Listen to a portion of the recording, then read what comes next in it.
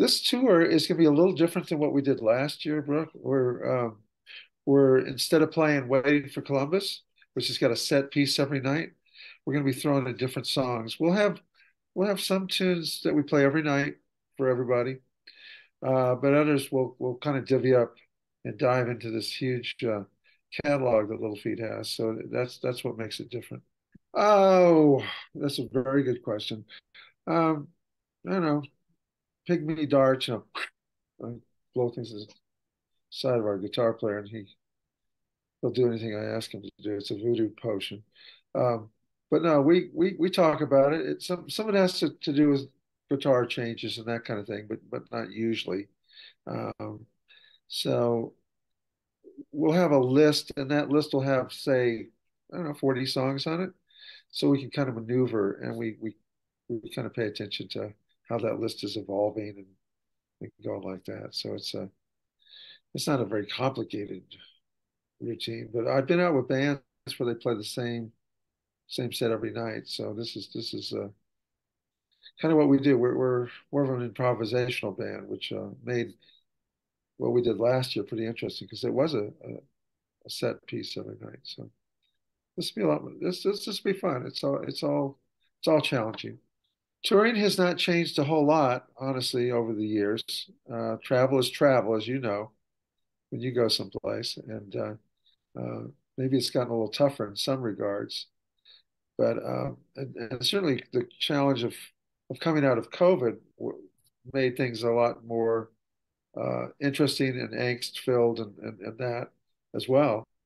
So now we're kind of in a um, more of an open field, so to speak. Um, so I don't know. I just turned 74 a couple of weeks ago or whenever it was, and I'm writing a book, so I'm centered now on when I was in my 20s, right? Meeting Lowell for the first time. I'm just about to engage on the subject you're talking about, which will come up in about a year and a half. Uh, I mean, not from now, but from the timeline I'm writing about, which is when we began to tour. And you know, the mechanics of touring.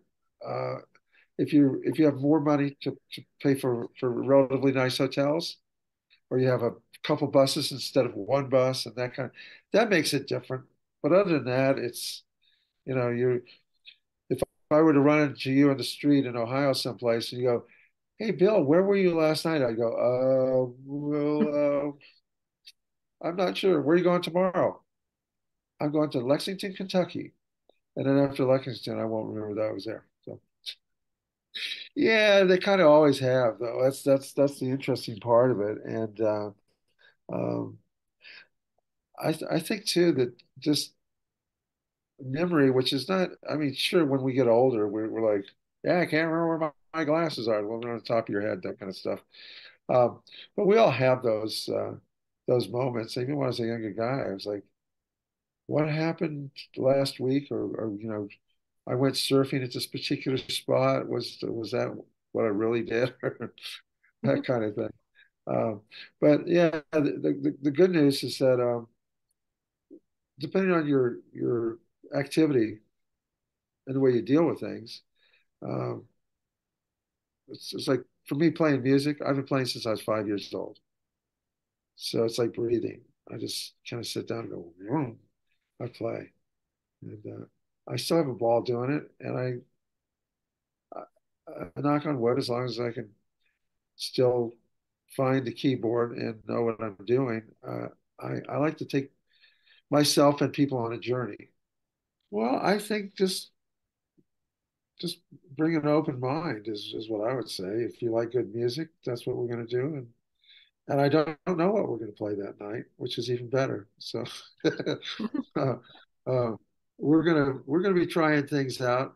But the one thing that Little Feat does is we play music, right? We're musicians, and I'll show you. I'm sitting next to my piano, by the way. So this is I can do this before the time runs out on this. Let's see if we can see the piano from here. Yeah, I played this piano on a couple of Emmylou Lou Harris records in the beginning, and they had me taken away. So if you're in a low key show, we're doing.